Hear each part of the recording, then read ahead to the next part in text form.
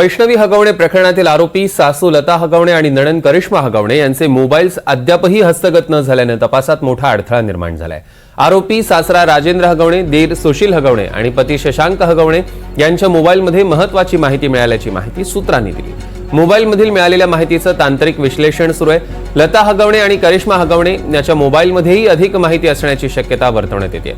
या संदर्भात सामाजिक कार्यकर्त्या अंजली दमानिया यांनी ही माहिती शेअर केली आहे।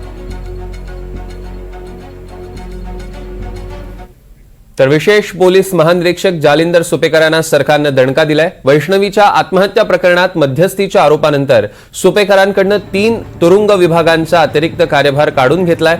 तर जालिंदर सुपेकरांच्या सहीनच सुशील आणि शशांक हगवणेला शस्त्र परवाना मिळाला होता, अशीही धक्कादायक माहिती समोर येते।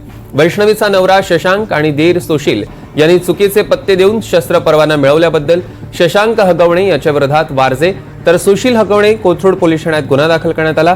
या प्रकरणांमध्ये हगवणेंचा पाहुणा आणि शशांक सुशील यांचा मामा जालिंदर सुपेकरांचं नाव देखील समोर आलं।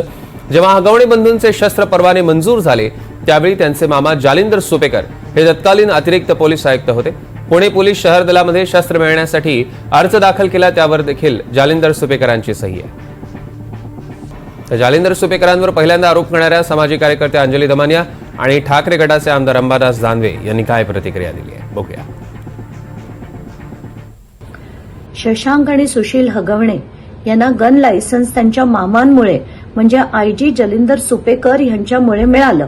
आता याच्या 2 गोष्टी आहेत। खरं तर करता येत नाही अशा गोष्टी जालिंदर सुपेकरांनी केल्या। पहिलं म्हणजे त्यांच्या जीविताला कुठल्याही प्रकारचा धोका नव्हता, तरीही त्यांना गन लायसन्स देणं हा गुन्हा आहे। दुसरं की त्यांचा पत्ता जो आहे तो पुणे ग्रामीण मधला होता, तो पुणे अर्बन मध्ये दाखवला गेला। आता इतर कुठल्या अधिकाऱ्यांनी केलं असतं तर आपण समजू शकलो असतो, पण मामांना पूर्ण कल्पना असून कदाचित त्यांच्याच गायडन्सनी त्यांनी ते करून घेतलंय, हा गुन्हा नंबर 2। आणि म्हणूनच मी स्ट्रॉंग पत्र गृह मंत्रालयाकडे लिहून तिथून मागणी करणार आहे की त्यांची ताबडतोब उचलबांगडी करा आणि जेल त्यांच्याकडे आत्ताच्या घटकेला जे जेल हेडक्वार्टर्स आहे ते पण काढून घेतलं पाहिजे किंवा यांना सस्पेंड करून यांच्यावर इन्क्वायरी करा।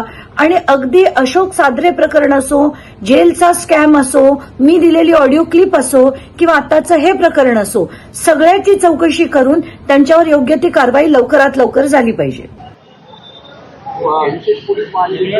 जालिंदर सुपेकरांना सरकारने दणका दिला आहे।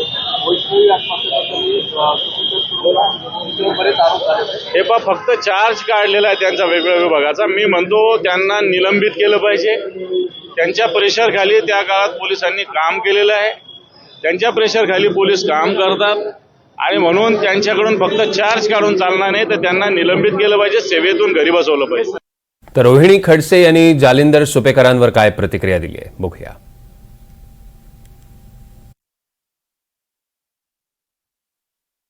आरोपींचे मामा हे पोलीस यंत्रणेमध्ये मोठ्या उच्च पदावरती, दुसरीकडे महिला आयोग, त्याचबरोबर तिसरीकडे हगवणे कुटुंब हे एका सत्ताधारी पक्षाचे पदाधिकारी। असं असताना मोठं पॉलिटिकल नेक्सस ह्या केसमध्ये आहेच। त्यामुळे माझ्या महाराष्ट्र राज्याच्या मुख्यमंत्री महोदयांना, देवेंद्र फडणवीस साहेबांना माझी विनंती आहे की वैष्णवी हगवणेंच्या आत्महत्येची केस ही CIDकडे वर्ग करण्यात यावी, जेणेकरून तपास हा पारदर्शकपणे आणि योग्य दिशेने होईल।